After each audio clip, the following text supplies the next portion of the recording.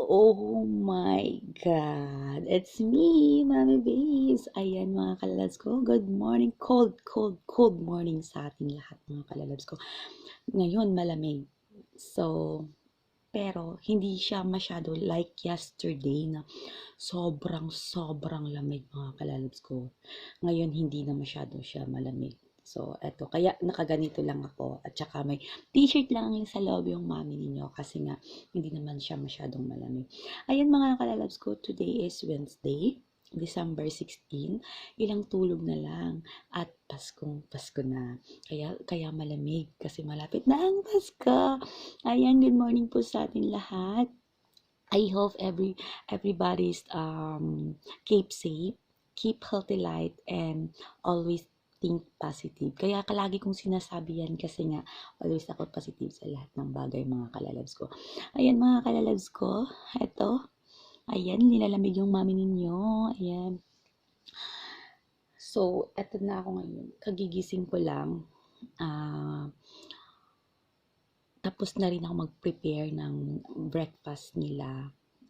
Kasi pagkagising ko, hawak ako agad ng tubig mga kalalabs ko. Wala nang, wala nang, ops, teka lang, wag muna tayong hawak ng tubig kasi malamig. Sa akin, hindi. Kasi once na may work ako, once na may trabaho ako mga kalalabs ko, inuuna ko talaga yung trabaho ko. Wala sa akin yung lamig-lamig. Ang importante, makapag-work ako at saka matapos ko yung trabaho ko. Ganyan na ako mga kalabs ko. Ayaw ko yung, ay mamaya na, uupo muna ako, mamaya na magko-coffee muna ako. Ako hindi. Magko-coffee ako mga kalalabs ko pagkatapos ng aking work. Hindi pa ako nagko-coffee or nagbe-breakfast na uunahin ko muna yun bago yung work ko. Hindi ako ganun.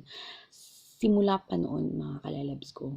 Kasi, parang wala na akong ganang mag-work after mag-breakfast. Kasi parang ang bigat-bigat ng katawan ko. Pero actually, hindi naman po ako nagbe-breakfast ng kanin or rice, gano'n. Hindi po. Ang bine-breakfast ko lang po talaga is nagko-coffee lang po ako at saka may biscuit enough na sa akin. Sometimes hindi na rin ako nagla-lunch kasi minsan napapagod na ako tama. Hindi, wala na akong ganang kumain mga kalalabs ko. Ganyan ako, ganyan ang mami ninyo. Kaya kailangan mas uh, pag lunchtime, mauna muna yung lunch ko bago ako mag-work. Pero hindi eh, kasi nakasanayan ko na talaga na mag-work muna ako bago ako magla-lunch. Pero pag napagod na ako, sobrang pagod na ako, wala na po akong ganang kumain mga kalalabs ko. Ganun. Kaya minsan, ayan, pagkagabi, lamon ako. Ganun ako, lalabs. Mga kalalabs ko dyan. Ayan, I hope sa ating lahat na still pretty lang tayo mga kalalabs ko.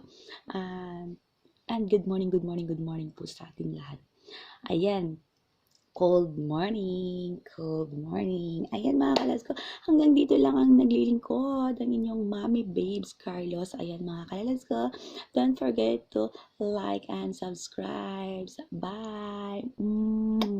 Mahal ko kayong lahat. Bye!